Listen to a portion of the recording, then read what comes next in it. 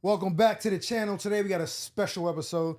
I got I want to call him my friend, but he's really a piece of shit. So I'm just gonna say some dude I met a couple years ago, and I ain't been able to shake him since. He does a lot of real estate. He's a beast at some of the designs you see in all of his flips. Self-taught. My man, Blick Business. What's up? What's going on? Thanks for having me. Yeah, no problem, man. It's about time we sat down, talk shit. Yeah, I know it's a long time coming since your first podcast with Rail and Fraud. So all right, so let's get into this shit. You do real estate, but for people who may or may not know, just explain exactly what you do, and then we'll talk about how you got into it.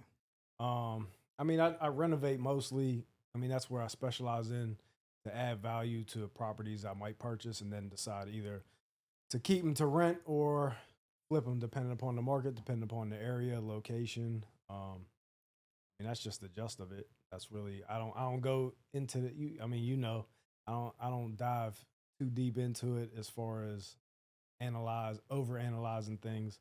I just So you got rentals, you got Airbnbs, correct. and you got houses you flip as well. Right.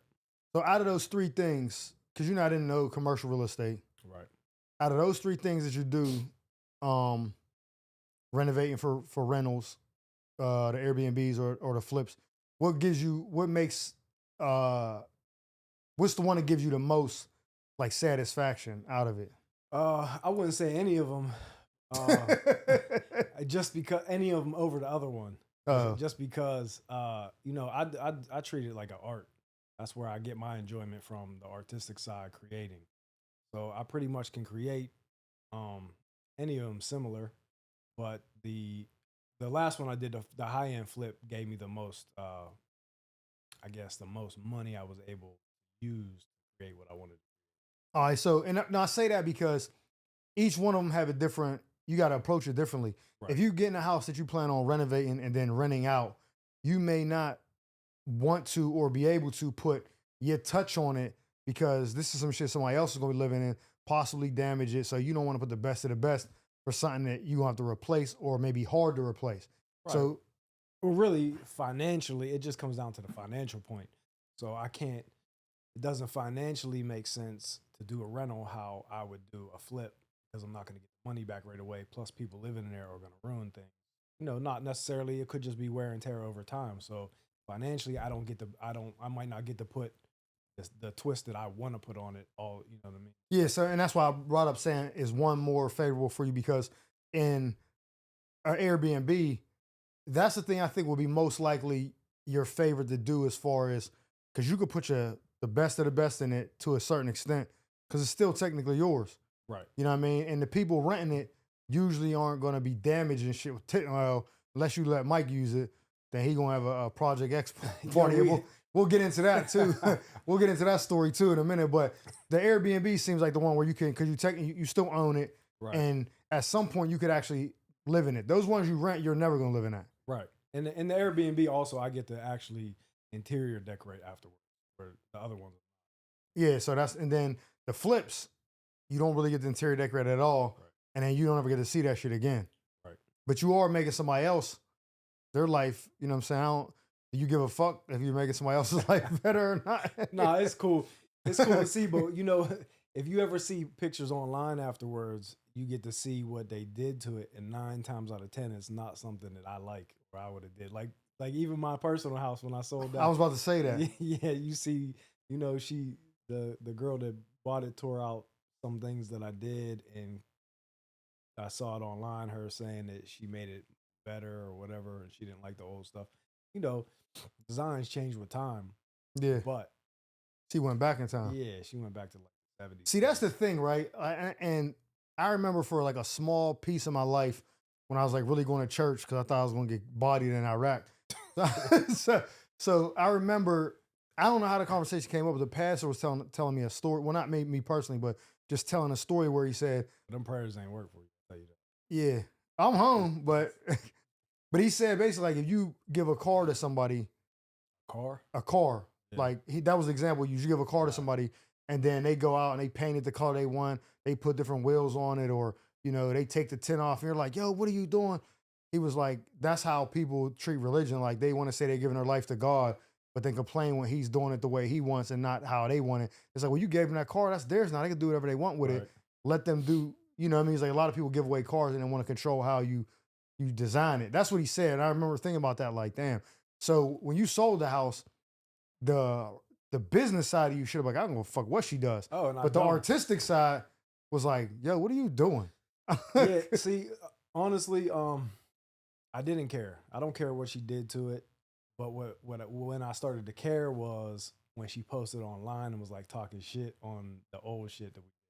I'm like, bitch, this was 12 years ago. You know what I mean? And it's still better than the design you did. She took some modern shit and like put some weird ass designs in there. did she It's put like wallpaper cool. on the wall I think in one part, in the but kitchen? it's like no, she put some towel on the kitchen. Uh, It was like it doesn't go with the design at all that's Nah. already there. it looked like wallpaper. Yeah, it's weird as hell. So it's like, and I still don't care because it's not my house anymore. But I care when you post it online and start saying shit. I mean, not care to the point. Yeah. I didn't respond. I seen the people send it to me. Obviously, I don't care enough to respond, but that's the only thing. So, all right, we'll take it back. So, what made you even get into real estate? I mean, I know why, but they don't. I mean, I just didn't have a choice. I feel like, I mean, I always been artistic, as a kid or whatever. But I just started to learn how to do it. When my mom passed away, they shut my gas off. I had to sleep all winter long with no heat, freezing. You know what I mean? You could see your breath in my house, but it was because the lines were bad or whatever. So and they didn't know till my mom passed away. I had to change everything over to my name. And they came out and did that inspection. Yeah, and it was like old copper lines still and shit like that, not even allowed for gas, and I didn't have the money to fix it. So that's why I couldn't fix it. I couldn't call anybody to pay to fix it or whatever. But spring came, other things in the house started going bad. So I literally changed the gas line myself. Like, for real, me and my homie. I'm certain at some point that's what damaged part of your brain. breathing in the gas. But no, it was crazy because I would measure and then go to Home Depot and get them to cut me a piece because they got to thread it.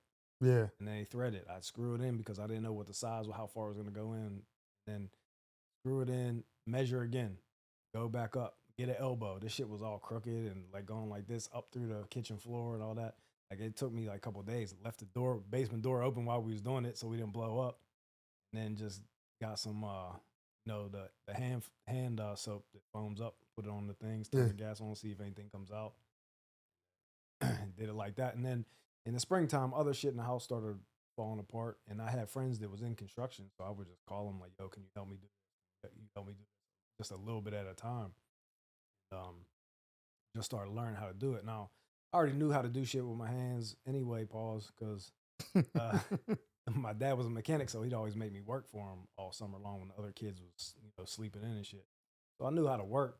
I knew how to do shit with my hands, but I never did construction like that. So I just started learning, my friends to help me, and it just turned into something after that. Then my dad passed away a couple years later. And when I went to jail after that, I started reading that Poor Dad in there. I just started putting two and two together. Like, I could turn the little shit that I'm learning and seeing people do and teaching me how to do. I can handle the business side and hire my friends to help me that I already knew. Plus, once I know, I'm a hands-on person. So once I know I start learning that stuff, I'll know exactly what to do. I might not be able to do it myself all the way, but you'll know what needs done. I'll know right from wrong and what needs to be done. And I can hire people to do it and I can still oversee it. But with the books, just make you realize like it could be a business at the same time as, doing what I like to do, hands on and creating things. Like I just like creating things, like coming up with an idea, seeing it come to life. That could be financial. It could create financial freedom at the same time. And that's when I put it together. So I told you before many a times when I see, and you don't listen, you don't care, but a lot of times you'll lose money on something, a deal or whatever, or it'll take you longer to recoup your investment because you'll look at something and put make it the best it could be, knowing it's going to be like an Airbnb. and it's like, yo, you could have charged the same amount and didn't have that much of a counter. Right. Like, I think that your inability to separate your artistic, your signature with like, I don't want this to be representing my name, and they were like, oh, you designed this? Nah. So you don't understand, but people don't care about that because it's a rental or Airbnb. They want it to be nice, but it don't got to be. And I'll say, and this is how I know this is true, because when we did that Airbnb in 2020, the first one in Arizona, so this is what he does, right? He calls me, he says, yo, I'm in Pittsburgh. I'm in LA, 6 hours away. He says, can you drive down to Arizona and meet the cabinet guy? He's putting these cabinets in, and I know he doesn't know what to do. I know I want you to watch it, because I was with him for this whole project. So he's like, that was the black cabinets? The black cabinets. He's like, make sure he puts them in the right spot. Cool. I drive all the way down there. I get the shit put in, everything, boom, boom. I stay a couple days. He flies in later. Yeah, these is cool. We go to IKEA. Oh, these ones is way better. Rips the cabinets out and puts new ones in just because he liked the material better. So that right there that was like $8,000 that you lost. Yeah. And no one knows the difference between the first cabinets and that second set of cabinets except for you. Yeah. So you could be making way more money if you was like, yo, this ain't my place. I don't give a fuck. Like, it still looks good. No one else is going to know. And then you do that, but that's not what you do. Yeah, you're right 100%. So if a magical genie came to you and said, you could make $5 million a year working, like being a design for hire, like doing what you do with your properties, or you're only going to make $200,000 a year, but you can do real estate and, you know, whatever you want with it. What you choosing? The first one, do I get to travel when I want? Well, you got to work. So depending on when it gets done, it gets done. I mean, you ain't gonna be working 12 hours a day every day, but you know what I mean? You'll be able to at least take 4 weeks off a year. Once each quarter, you'll be able to do whatever you want for a week. How long do I got to have that job? Until you retire. Can I quit after a year? Nah. And then I'm taking 200,000. And just forever, but you'll never make more than that. That's great. 200,000 for life. Nah. Or $5 million a year for life, or whenever you retire. Either one, anytime you retire, the money's done. The 200's done, or the 5 million's done. And I can't do nothing else after that? Travel if you want, but you can't make no more money. Never again. Yeah, no, never again. Yeah, nigga. that's crazy. So let's just say you work for another 30 years, right? Yeah. So by the time you're 80, we'll say that. I'm not traveling when I'm 80. Fuck that. Okay, so from your age now to 70, right? You're working. Either doing real estate that you're doing now. I'm not working for nobody else. You already know. Or someone's like, hey, I want to hire you. And no matter what, you're going to make $5 million at the end of the year. And you work till 70, both things. It's either $200,000 a year, doing what you're doing, flipping, Airbnb. It can't be the same. It can't be the same thing, but different numbers. No, it's not the same thing. It's other. The difference is equation. You can go and come as you please. You can do whatever you want. You can travel. You can say, I'm not working. I'm going to take 2 months off for a flip. You can do whatever you want. You're still going to make $200,000 into the year. And on the flip side, you get hired and they might be like, hey, the max you're going to get is 1 week every quarter where you're not doing shit. You can do whatever you want. You can go to Belize, whatever, for a week. So 4 vacations a year, you're off. And you don't work every day. You get the weekends off or whatever. Or you might go in on a Saturday to shop for some stuff, but you're not working. Can I quit whenever, or is it automatic? I gotta work till 70? Till 70, both jobs. Then I'll probably take the 200,000. But if you was like, you could take the 5 million, but you can quit whenever, I would take the 5 million. I would just do it for like 10 years, stack up crazy bread, or 5 years, then go do what I want. So just try to get 25 million, or 20 million, after taxes and all that, and then be out. Then just be out and not do shit. Yeah. Nah, cause then you can try to flip another house or some shit, and then the nigga running the Squid Games is gonna come and clip you for breaking the fucking rules. I can't work for anybody else. You know that. But it's not that you're actually working for them. You're working for yourself. But you're being contracted. Hey, we seen you. My buddy Rod Stewart said you did his house in Malibu. We want you to come take a look at this Brentwood estate. That's too similar with just a difference in pay for me to really make a decision. But you know, I've mentioned to you before that somebody that does a lot of flips and new builds approached me in Arizona, and offered me a deal. They wanted to do 100 Airbnbs in Scottsdale, Arizona. Wanted me to oversee them all. And I could buy in up to 25%, but I had to spend my own money putting into the project, up to 25% of each project. And so what if you put nothing up? He's then paying you a salary? I would have got paid for doing, what The oversight. what he wanted me to do, yeah, but I wouldn't have had any skin in the game. I wouldn't have, and he wanted to hold them for at least 10 years and then sell them all to a major company, and I would get my cut from each one. Yeah, your percent or whatever you put in. Right. But, we had a couple meetings, and I told him, I said, I still want to do flips myself. So then the third meeting we had, he came to me and he was like, look, I'll allocate $5 million for you to do flips as well. You could buy in up to 50% of that. And, we'll sell them right away. That way we're not sitting and waiting for the Airbnbs. But when I started realizing, like, he's allowing me just enough to get in so that I'll use all my money I have, so I can't do my own shit. So he was kind of like, it was on purpose to make sure that I couldn't go anywhere else. Yeah, that's a lot of. So it's similar to the kind of the question you're asking. So there's no price. All right, so let me flip the scenario, right? So you can do the flips, the Airbnbs, whatever. You could do real estate, like where it's not the design part. I mean, of course you could design them, but however it goes, and whatever money you can make, you can make. It's up to you. There's no limit. Or you can do strictly designs where you're not putting no money up, and you can pick and choose the same amount of work. If you're like, I don't want to do this, I don't want to do that. Yeah. But that money is guaranteed. There's no risk. There's no, hey, I'll hire you and pay you this much to design this. Now, how long it takes, and you got to think, how the design should go. Right. You're not there for all the build. Yeah. You're just going in and you're doing the blueprints, you're doing the measurements and all that stuff. And then you're coming in and saying, let's hang this here. Let's put this wall back here. And then they build it. So once that part of it is done, you're done. Yeah. You get that check. So you can come and go as you want, but you can't flip. You can't touch real estate. Right. You can only do that. So the money you can make off of that is whatever it makes. And the money you make off of real estate is whatever it makes. But that's money you have to risk. Oh, we just dug this trench. Water pipe is under the pool in Arizona. Got to get this pipe filled up because it's cracked. That's a problem. Yeah, nah. None of that. It's just, we'll pay you $25,000 to design this, or we'll pay $50,000 to design this. Then you do whatever the fuck you want. I mean, I'd like to say yeah to that part because it's easy. It's hands off. But, I know myself, I'll be bored. I won't be able to just sit still and not do anything else. How you bored could travel. Would you? I could be, of course you could travel. But, I mean, how much can you travel until you're bored of that? Like, you got to do something. I don't want to.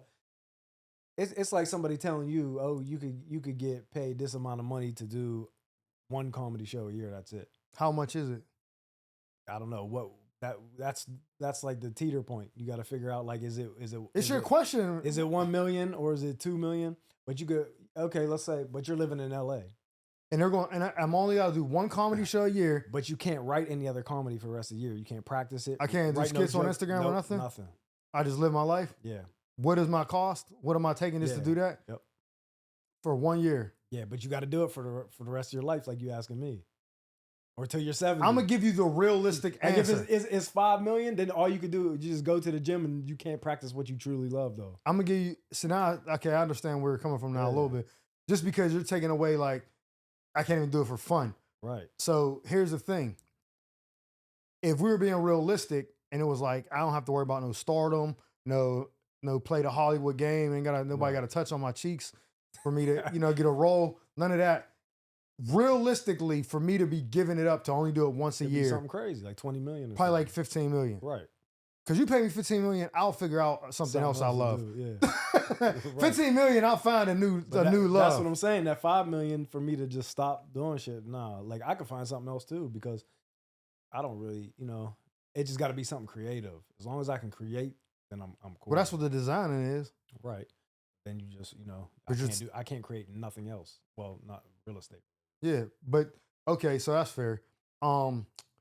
So what is probably the biggest L you took in real estate investment since you started? I haven't taken any L's in actual real estate. All my L's have been invested in other shit with other people. And I've lost a lot. What's the most amount of money? You ain't got to say what it is, but I mean, you don't got to say what the deal was, but The money, Shit, I lost 300 once. I lost 250 once. one shot. Yeah, Most I lost was 65 yeah. And in a it, pizza and shop. it hurts just the same. You know what? I'm gonna tell you why it didn't hurt me the way I expected it, because like I know the one where you lost 300. I know what happened with that. Yeah. That was a one call. Yeah. It's done with. I seen this shit happening for me going south. Like I was hanging on the cliff and my hand was just slipping more and more. I mean, I expected it. I built my built my mind up to accept it, but it wasn't cool. But it was still like I knew it was coming. Yeah. You didn't know that was coming. Right, and those are my big losses. But I've taken small losses too. I lost in the pizza shop too, where I had to beat my partner up. Oh yeah, and You the know? lady stole the coins out of the laundromat. Yeah, that lady too. And now she works for the city of McKeesport, and she I think she's in charge of like money. Oh, that's crazy. She's stuffing money in her bra from the back room. But I didn't lose on the laundromat. But anything that I've done in like career wise that I've done and put everything on my own shoulders, I've never failed at. I might not have been as successful as I wanted to be, but I never failed. But anytime and almost every time I've invested in somebody else, or even I was partners with them to set it up, it's failed every time. So I'm a person, right, that believes in, and you're like this too, because we talk about this. We'll see the signs of something, right? Or something will happen, and you look back and you're like, yo, if this never happened, this would have never, you know what I mean? Like something that was chance happening. So dominoes. I want you to tell them the story about how you got the property in Arizona, the first one that we did, that we worked on during COVID. How that came about. Because I remember that story from that day when you were looking at the, so tell. When I was gonna like not get it, lose Yeah. Yeah, I mean, originally I went to Arizona because I had been going out there with Dutch and them. They got drafted to the Cardinals, so I started going out at least once a year then, and then I started taking the kids out there for basketball. So then I'm like, well, I'm paying for Airbnb every time we come out here, and then sometimes I go in the winter at least a week or something. I'm like, let me just grab an Airbnb or grab a house, renovate it, turn it to Airbnb, so we got somewhere to stay whenever we come out. I don't got to pay somebody else, and then when I'm out here, I can be making money. And when you were staying at Patrick's Airbnb, or you used Patrick's car? I did stay at his Airbnb, I think twice. Yeah, I was bringing the kids, and I probably stayed in another time. You was using the cars. That's how y'all got cool. Right. I rented Range Rover off him. And then the house, I went out there and I was looking at a bunch of places. I didn't like any of them, and then there was one left, but I was staying at Patrick's that time, so it was going to take me back, and it ended up being right around the corner. My cousin was with me, Lindsay was with me, and he was like, the agent Hunter was like, let's just stop at this last one. And I'm like, nah, I'm cool. I'm going home. I'm tired. I don't want to see it. And he's like, it's right here by the house. I'm like, all right, cool. So him and Lindsay get out, go in the house. I don't even get out the car. I'm just on my phone fucking around. I'm like, I don't give a fuck about this. So then they open the door like, yo, you got to come and see this. I'm like, what? They're like, there's a whole house in the back. Like they had a guest house in the back. Yeah. It wasn't on the paperwork. Wasn't the MLS listing. Yeah, it wasn't on there. So it was extra square footage. So I go out there, we're looking at it. I'm like, all right, cool. And it was, I forget what it was listed at, like $399 at the time. Now it would be something crazy. Yeah. Just a couple of years. So I'm like, all right, cool. We put an offer in. They come back like, there was 8 cash offers. Damn. So they're like, and they only had it up for 3 days. They're like, all right, highest and final offer. Like, damn. So I start thinking like, all right, if it was me on the other side, I'm going to put in $425. Yeah. I said, so I'm going to put in $430. But then I said, if there's somebody else thinking like me, they going to put in $431. So I put in like $433 or $43600 or some shit like that. So I end up winning it. And I was already pre-approved. I had my pre-approval letter and shit from my bank. And then, it took some time to finalize the deal or whatever. And it came closing time. And right before closing, my lenders called me and they're like, yo, we had to pull your credit again because it went past the date because I had already pulled it earlier because I was looking at multiple places. And they're like, your credit score just dropped 300 or 100 points. They're like, we can't finance this deal. I'm like, what the fuck? And it was just about to be closing in a couple days. Or like a couple days later was closing. I'm like, man, what the fuck? So I was back in Pittsburgh at that time. I'm out to eat with Lindsay. We're like purgatory or some shit. And she's like talking to me, and I'm just like not even paying attention. I'm just on my phone, like, what the fuck? I had never dealt with hard lenders before. I didn't even know where to find them, who to talk to, who to ask, nothing. Well, real quick for people that don't know, tell them what a hard lender is. I mean, hard lender is basically somebody that lends on the value of the property itself, not like your W-2s and all that shit, but they lend at a way higher rate. And for a lower term, like it's only for 12 months. So you come to me and say, I need 430K, and I say, I'll give you. They usually give you about. It depends who they are, but they'll give you anywhere from 70% of the value to 90%. Like now, where I'm at now, they give me 90%. So I say, I'll give you 400K. Interest rate is it was like 13%. Yeah. It was 13 or even 15 at that time. And it's what, like they give you like 6 months or some shit. They give me 12 months. 12 months. Okay, But so that's what hard money is. Basically, you going to a person you know.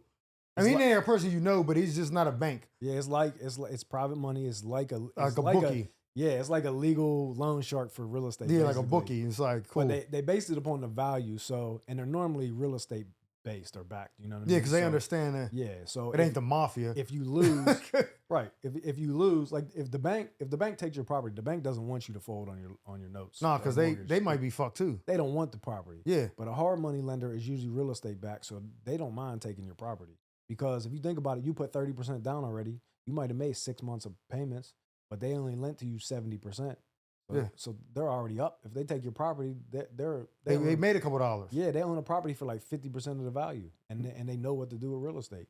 All right, so you didn't know what a hard money lender was. Yeah, so I'm just literally online searching, and I find somebody and message them randomly, email, and they start going back and forth, and they got me a pre-approval letter that day through email, sent it in, and it's based upon the value of the property. So I bought it for $430, whatever, some change, and the property, I think they valued it higher than that, but I had to put money down to make it work. Yeah. So I think I had to make the value to the level they were comfortable at, I think I had to put 30% down.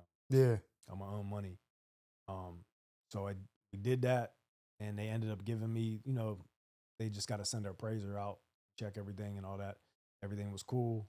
So we end up closing. I don't even know how. I still to this day don't have a clue really how I pulled that off. Like it was just random shit. I'm just online on my phone, just searching, trying to find something. Cause I didn't know about that part of it. Like I kind of did because I remember you said it didn't go through, but and your plan ended up getting messed up later because you were trying to basically get it reappraised to take the equity out to pay that hard money off, so you can get a traditional loan. Right. So when I talked to you, it was like, yo, I just got this Airbnb. I'm in Arizona. COVID just happened. I'm like, shit, I'll just drive down. I ain't doing nothing here. And we just started working on it. Right. Like we're gutting it. And and I'm gonna put the pictures up and the videos and stuff of like the process. But there's like writings on the wall, drawing. Like now that I think about it, like me being like doing comedy, and when I think about like the plan I map out for whatever I got going next, this is the same kind of process, but it's like the ground roots of let's draw this idea on a thing. And we were there all summer. Arizona's so hot, we didn't even have gas. Right. So we weren't taking showers with hot water. We were just using the sun to heat the water up under the ground. And then we showered. So we never had hot water. We have gas. We were eating out like 3 times a day. Yeah. Like every single day for months doing this, going to the pool, whatever, liquor, with all this shit. Sneaking into the pool. Sneaking into a pool. I'm not even gonna give up the location because I plan on doing it again. But they give you wristbands to give you access to the pool when you stay at this resort. But there's a back gate that goes to the pool from the parking lot. So we were just parking a lot, and we had bands from one time we did pay because you could pay like a day pass. Yeah. They give you bands. So we just didn't put them on tight enough so we could take them off and then put them back on. And we just kept doing that. And then he got kicked out one time. He's ordering food at the cabana outside by the bar. He's like, "Where's your band at?" He's like, "Oh, I left it in the room." They're like, "Nah, go get it." They giving this motherfucker hell. He's arguing and shit. I'm like, bro, just shut up. Like, just act like you going to the hotel and just come back out. So yeah, we was doing that. We was eating out, working on the shit. And then it was problem after problem. And I think that was the first time that, because I did my own house back home. Yeah. And I had very limited problem, almost none. One problem later on, it was minor. So that was the first time I seen the actual work being done and was like, Yeah, bro. I don't know about real estate. Not in this capacity. I mean, that was a that was a big learning curve for even you just being there seeing that shit, but me too, because I moved across the country by myself and just said, "Fuck it." What we do? We went and bought mattresses and threw them on the On floor. the floor and that was it. We didn't have dressers or nothing. Nothing, nothing. We had barely- like we had one set of sheets. It was like we were in a trap house. it was basically a legal trap house. Yeah. Like, and it was so like I remember certain stuff that pops up in my head. Like we hired this contractor. He's supposed to be like a general contractor. Came highly recommended from the dude Patrick. So we thinking like this dude he's good because this dude who's doing mad real estate is saying he uses them. So he was doing like a bunch of bullshit.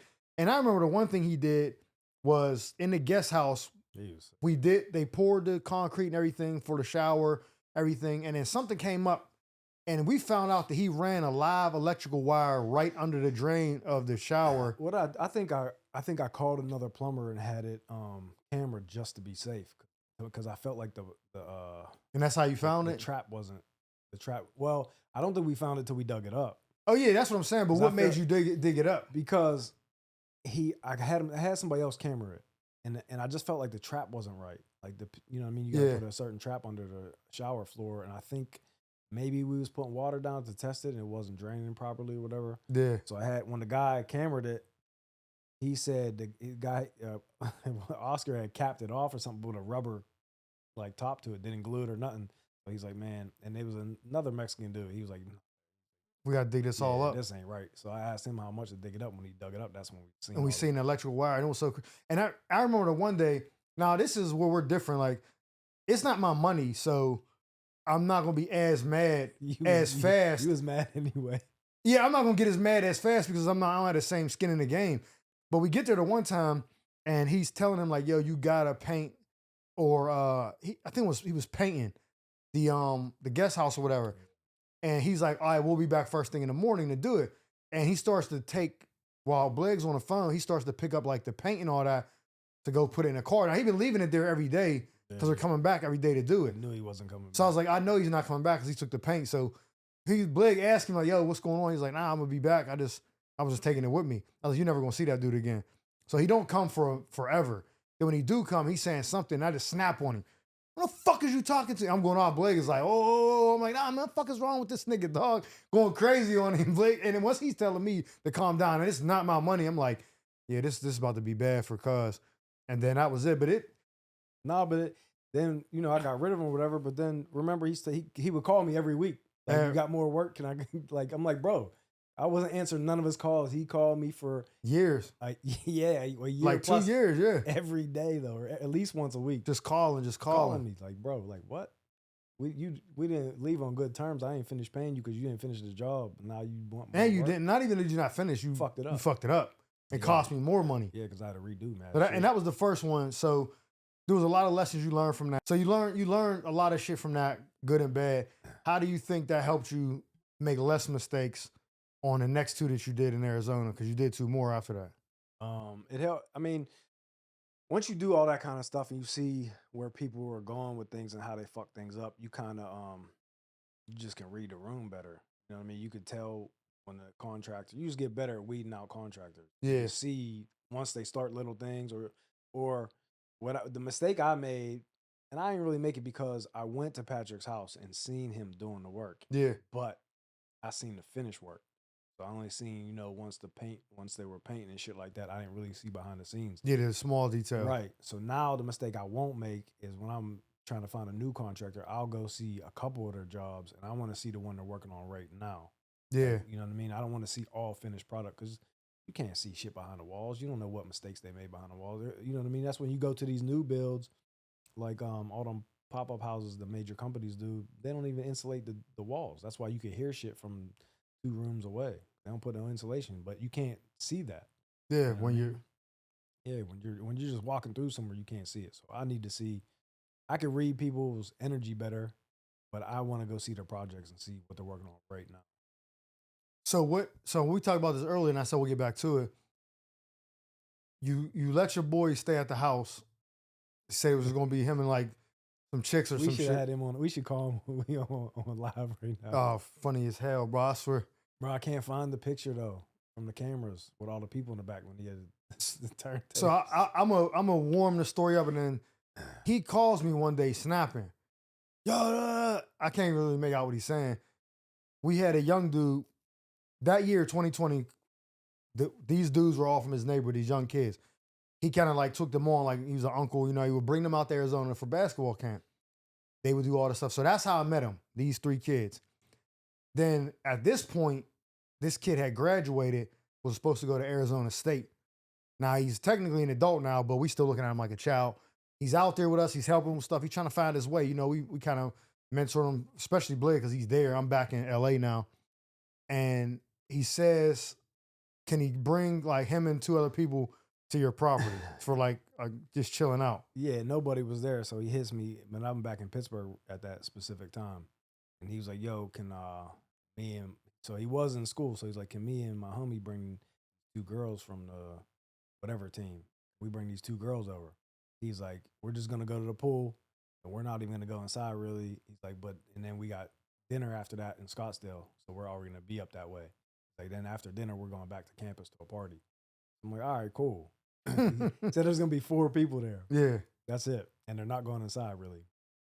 This is like a $1 million+ house now. So I remember that the guest house was done too. So the guest house I was renting out already on Airbnb, but the main house wasn't. It wasn't already finished. So I tell him, I said, the people for the Airbnb are coming to check in by 9 o'clock at night, you know, because they that's what time their flight landed or whatever. They're staying in the guest house. He's like, oh, I'll be gone way before that. That's when the neighbor calls me, or the neighbor's texting me and shit. Is that the one that was just kept walking in the house trying to give us the key line 5? Yeah, that was the old dude next door. But no, I was on the other side. Oh, the house that they renovated next door. Yeah. So he's like, he just sent me a picture. Luckily, we had exchanged numbers.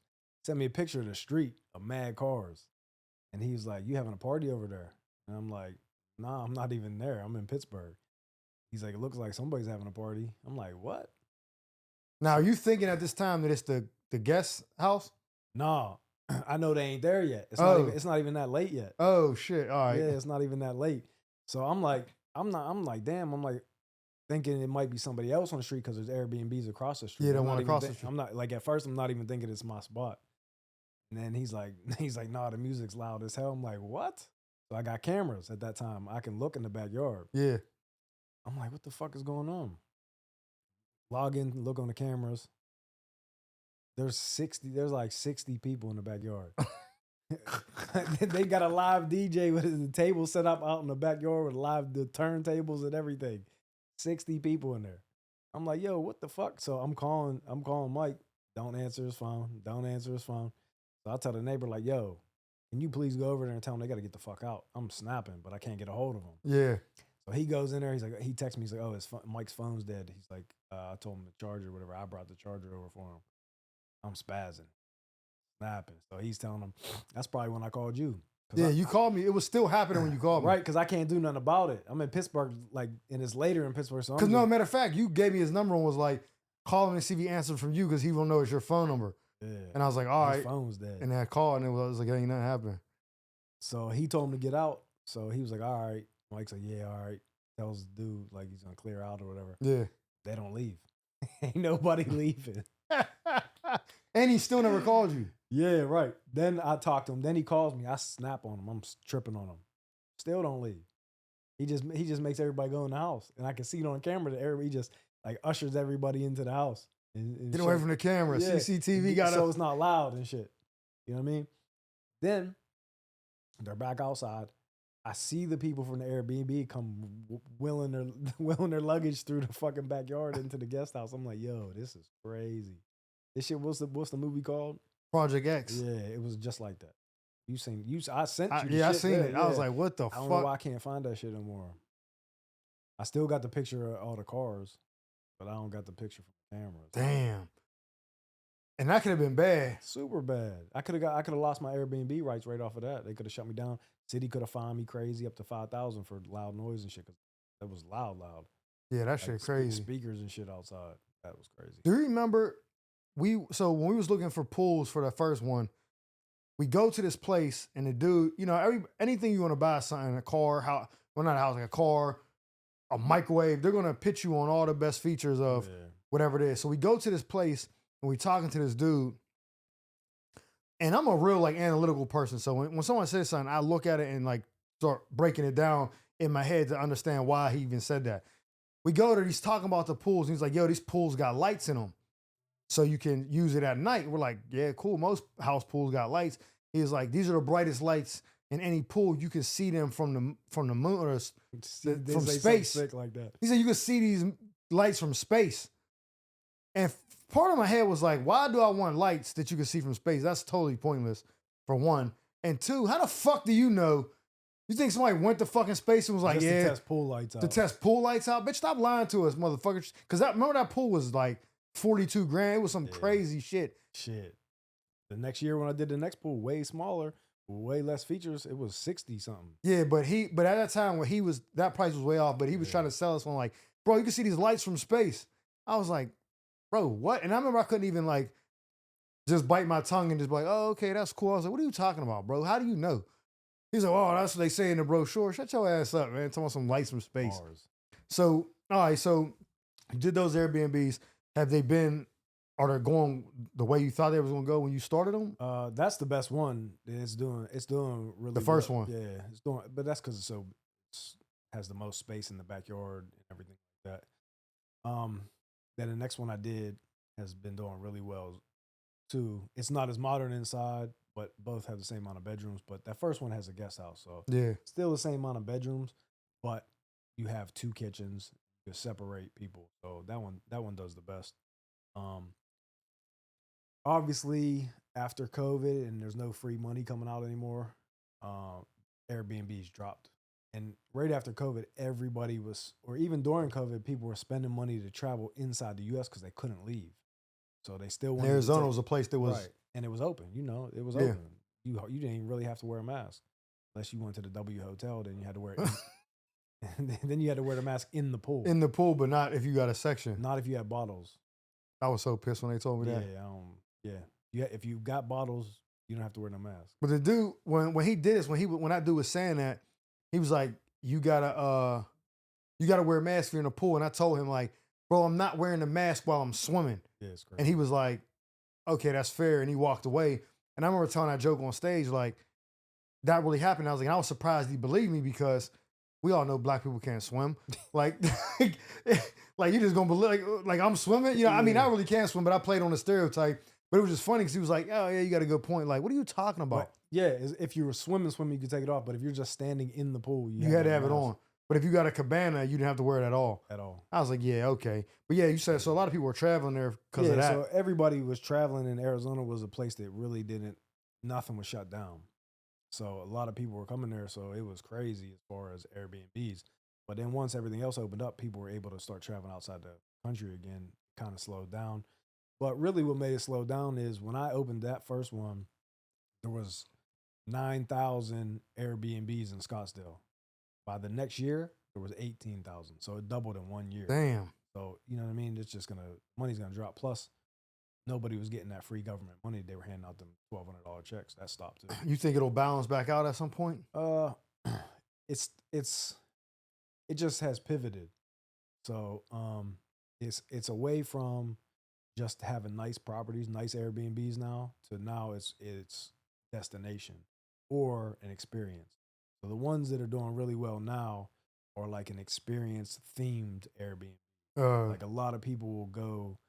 The ones that do the best in Scottsdale tend to be the ones that are painted crazy, like pink for bachelorette parties. Yeah. But not bachelor parties because men don't give a fuck. Yeah. You know what I mean? We ain't even in that bitch. Yeah, we hardly even there.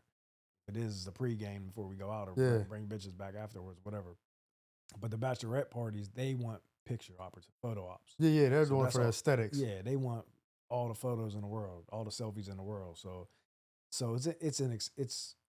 it's pivoted to experience. So let me ask you this: out of the 3 you got, clearly you make more for getting them rented out Airbnb than you would like monthly rent. Right. But is it to the point where it's like almost worth it more to get a long-term tenant? No, not at all. Oh, okay. So even with it being fucked up, it's still way more profitable. Yeah, you have your slow months in the summertime when it's 130 degrees outside. You know what I mean? It's slow, but it'll still meet the mortgage. Yeah. But yeah, nah, it's not worth a long term. The one I might pivot the slowest one, um, into a midterm rental. It's That way it'll be like traveling steady. nurses or something. Yeah. So you like 3 months at a time, 6 months at a time, because they'll pay more. But I really wanted to pivot into like insurance, like for floodings or burn down houses. But the only problem is in Arizona, that's not big. You don't get No, you ain't with none of that. hardly any of that shit. You know what I mean? So it's just me trying to figure out. And the only reason that one is slow, it's still 4 bedrooms like the other two.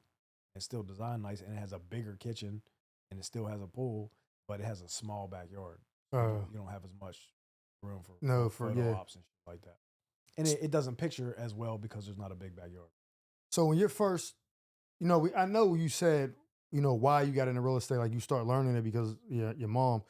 But what was your first property you got that was like a real estate project or investment? The first one I bought with a partner.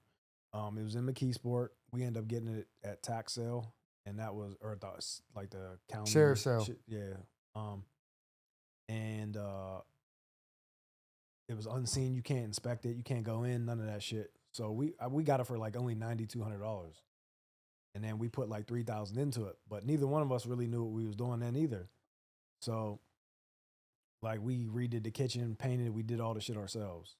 But like I said, we only put 3,000 and we split everything, so it wasn't that much. And you made that Section 8? Yeah, at first we didn't. It ended up being a Section 8 later. But we just rented it out at first. But we wasn't getting that much money, probably like $600 a month, $650 a month. Yeah. And splitting it. But it got us in the door, you know what I mean? And we didn't know what we were doing to the point where we didn't really hire anybody either because we didn't have the money to hire anybody. Yeah. So we literally didn't have any equipment really, like hammers and screw guns and shit like that, but that's it. So doing the towel, we did the towel on the kitchen floor. I wonder what that shit look like. It's still we just replaced it because we just flipped it this year a couple of months ago. But before that, it was still there. Like we did it back then, and that was probably 10 plus years, maybe longer. But it was longer than that. But Home Depot will give you free cuts. Like they give you, I think it was like 10 or something, or however many a day. So I measure the floor, put pencil on the towel, drive to Home Depot, get my free cuts for that day, and put the towel down. The next day I'd have my free cuts measured out, go to Home Depot, have them cut them, bring them back. I didn't know that. Yeah. I mean, that's just started out like that. That's why when you don't got the money, you get creative. Yeah. It's like being in jail. You're gonna make picture frames out of a deck of cards. So yeah, cheat and shit. Yeah. I read the same book you brought up earlier, the Rich Dad Poor Dad. What's his name? Robert Kiyosaki. Yeah. So in one of the chapters, this is probably the thing that out of everything that I remember the most. He said, anytime there's something you see that you want or whatever, you should never say, I can't afford that, because he said the way human brain works is once you say you can't afford it, you automatically stop thinking about it because to you it's not a possibility. Right. But if you say, well, how can I afford it? Then your brain starts to be like churning and thinking of different ways that, ideas to come up. And you're like, well, if I do this, then I can. But if you be like, oh, I can't afford that, that's it. You just go about your business and that's the end of it. But when you flip it like that, then it starts to make you get creative. And when you're broke, that's when you get the most creative because, bro, you know how many times I just had money and I'm like, I don't care, just do it. How much is it? All right, I'll pay that. I'll give you a couple of dollars more if you hurry up. You know what I mean? Yeah. When you don't got the money, you're like, well, I can't afford to do that. So then you end up learning a craft, or like you learn how to put that towel down because you had no other chance. You would have never learned that. Right. And it's just, you got to pick up. Like, I'm a hands-on learner. You could tell me shit, and you've tried before, like with any of this shit, like anything technical, you'll try to explain to me over the phone. I can't grasp it at all. Yeah. But hands-on shit, I'll pick up. You just got to show me like one time, I'll pick it up. But that's how like me and my homie that lives in San Diego. When we was working for my dad when we built the building. Yeah. Did the addition on my dad's commercial building. Bro, the one in North Versailles. Yeah. So there was 2 units side by side, and he never would teach us nothing. He would just throw us the shit and like figure it out. So 2 units side by side, both 800 square feet. So we're in there putting commercial tile, like the plastic shit. Yeah. And you got to put glue down with a trowel first. Yeah. We're pushing 1 square at a time with our hands. Hands raw as fuck, red from pushing it. And the glue's coming up. We're wiping it up, pushing it down. Glue's popping back up. We're like, what the fuck? It took us 2 weeks to do that floor. And the old dude seen us doing it. He's like, that ain't how you do it. He's like, you trowel a whole big ass area of it, let it dry till it's tacky to the touch, then throw them down and then just roll them with this roller you rent. It took us 2 days to do that. 2 weeks to 2 days. Somebody showed us how to do it. Yeah. But that's what I mean. Like you'll get creative and learn, Yeah, for sure. or you pick it up. But now I'm at the point now. I never act like I know shit that I don't know. I'll never be on the phone or in front of somebody and they're like, yeah, this, and I'm trying to like fake like, yo, yeah, I know what you're talking about. I don't know. I'll tell everybody like, I have no idea what you're talking about. None. I don't know how to do this. I don't tell me how to do it. Like I don't got pride like that.